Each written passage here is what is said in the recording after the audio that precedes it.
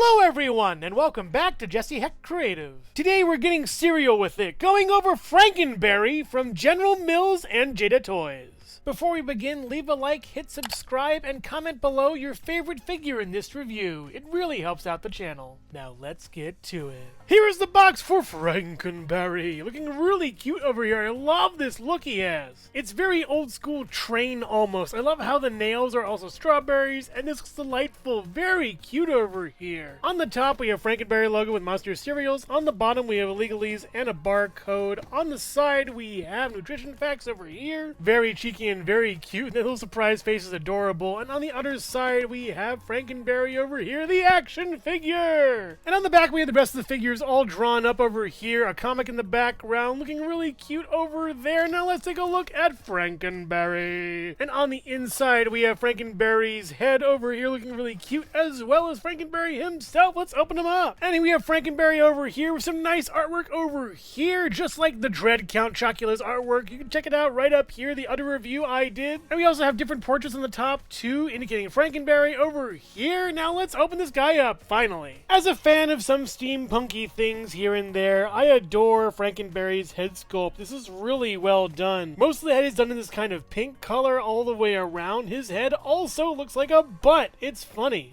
Laugh. The face looks really cute and dumb. I love the expression on it, and the mouth is really adorable. The eyes are really nice. He looks very calm and collected. And I love the little sort of bolts coming out of his neck. He has a steam whistle as well as a pressure gauge. They look really funny, and I don't know what these are, but they're cool too. Let me know in the comments below what they are. And for articulation, we can go back this far and up, and then forward this far and down. A little bit of swivel over here. Really great articulation, but an even better head sculpt. I love it. The body is a very simple oval-ish shape with whatever this is back here. I'll just wipe that off and that'll be fine. I like the color of it, but again, like most figures, this is darker than this. They couldn't get the colors the same. I'm not sure if that's actually a thing though, but yeah, it looks good. The chains for his suspenders are really well detailed. I like how they look. They kind of just stop right here instead of connecting. It's pretty funny, looking very cute.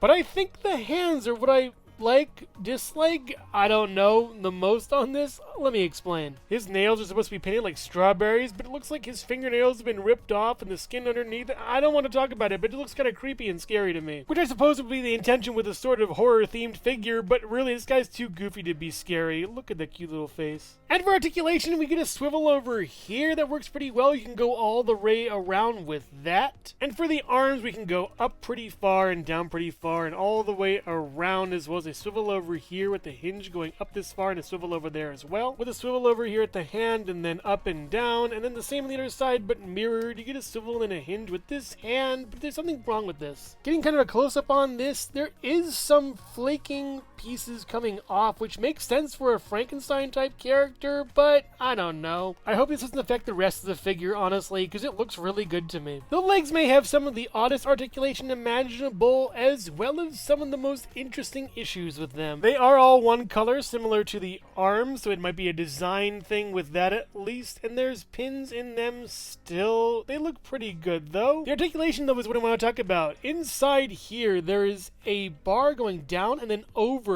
going onto this. I don't know if that's going to affect the figure down the line, but it's interesting and weird. It's also the very first time I've ever seen articulation like this, so yeah, good job, Jada. I hope this works out for you. And testing out the articulation, we do get a sort of all the way around pretty much with this, working out pretty nicely. I like how this works, actually. It's pretty cool. You can go up pretty far and then back pretty far with this, as well as out pretty far. Very nice on that. I don't think it'll even come out and break. It's pretty good. And putting the leg out allows you to put the leg back even further than it normally would. Going back, the heel kicks into it and doesn't allow for full articulation, which is really good actually. And once you straighten this thing out, you do get a swivel up here as... I was right. It actually can come out. Just put it in. Yeah. That's cool. I like it. But aside from that, you do get a swivel up here at least, with a down and a up and then a pivot with the feet and two pegals, but one more issue. The side of this leg has a lot of excess parts to it. I mean, just cleaning it off with my hand I think fixes it, but really that should not have been there to begin with. For shame. Do you want to see this face when it's excited? Well, you will! Right after this. Hello everyone, and thank you so much for watching so far. Make sure to click like, subscribe, share, leave a comment, and hit the bell icon for more creativity. Now let's get back to it.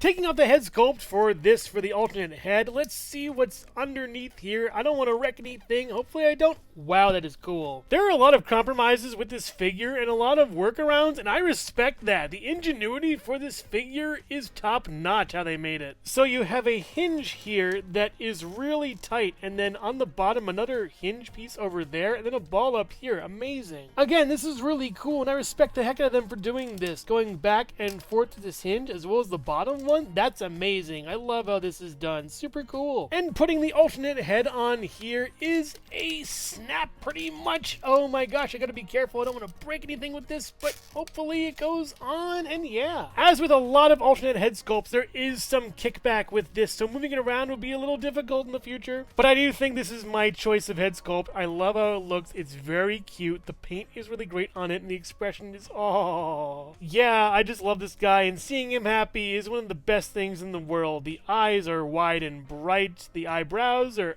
up, and those little things are a little bit out too. I even noticed some really dark pink paint on here. They did not have to, but they did. I think it matches the tongue too as well as these, but man, what a glow up this head sculpt is compared to the previous. And carefully, ever gingerly, going back and up and forward and down, and it is struggling against me. I do not want to break this thing, so I'm just gonna keep it facing forward, shall we?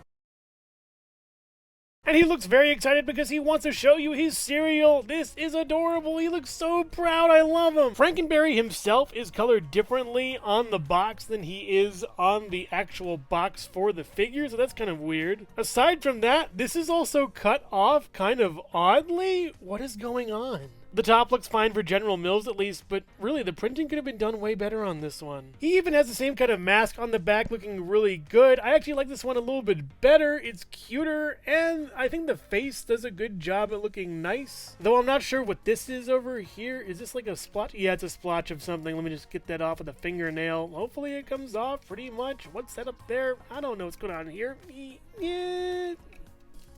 Oddly enough, his arm doesn't really take the weight of this box, strangely enough, even though it's pretty much empty. And I also like how it kind of matches the faces together. They look really cute. And taking a look at the box without the berry, the sides are basically just empty space with nothing on them. It's fine, but it's better than Count Chocula at least. Frankenberry stands at about 6¼ inches tall or so, next to the Jakks-Pacific Super Mario and Sonic the Hedgehog in 4-inch and 2.5-inch scales, the Nendoroid Miles Tails Prower, the Jada Toys Mega Man, the Figma Metroid Dread Samus Aran and the Jazzwares Pikachu, the Jakks-Pacific Movie Shadow the Hedgehog, Homer Simpson, Collector's Edition Knuckles, and the Mattel Minecraft Movie Jack Black Steve, the Hasbro Marvel Legends Animated Series Spider-Man, the G.I. Joe Classified Series Snake Eyes, the S.H. Figuarts Yoshi, and the Lego Bionicle Gift with Purchase Toa-Tahu. And here is Frankenberry next to some other Jada Toys figures such as M. Bison and Count Chocula, one of the better ones and one of the worst ones